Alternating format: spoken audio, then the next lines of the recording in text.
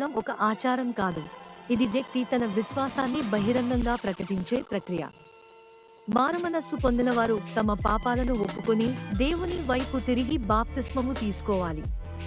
విశ్వాసము ఉంచిన వారు యేసు క్రీస్తు దేవుని కుమారుడని హృదయపూర్వకంగా నమ్మినవారైతే బాప్తిస్మముకి అర్హులు. శిష్యుడుగా ఉండాలని నిర్ణయించుకున్నవారు క్రీస్తు మార్గంలో నడవడానికి బాప్తిస్మము తీసుకోవాలి.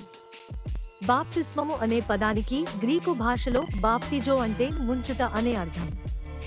బైబిల్ ప్రకారం వ్యక్తిని నీటిలో పూర్తిగా ముంచి తీయడం సరైనదిగా పరిగణించబడుతుంది. నీటిలో మునగడం పాత జీవితం మరణించి కొత్త జీవితంలోకి తిరుగు సూచిస్తుంది. బాప్తిస్మము ఇచ్చేటప్పుడు త్రిత్వము పేరులో తండ్రి కుమార పరిశుద్ధాత్మ అని ఇవ్వాలని యేసు ఆజ్ఞాపించారు. బాప్తిస్మము ఒక నిర్ణయం కావలసిన పని కాబట్టి విశ్వాసం లేని వారు తీసుకోకూడదు.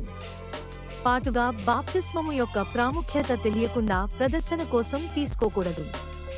జీవితంలో మార్పు లేకుండా పాపపు మార్గంలోనే కొనసాగుతూ బాప్తిస్మము తీసుకోవడం ప్రయోజనం లేదు.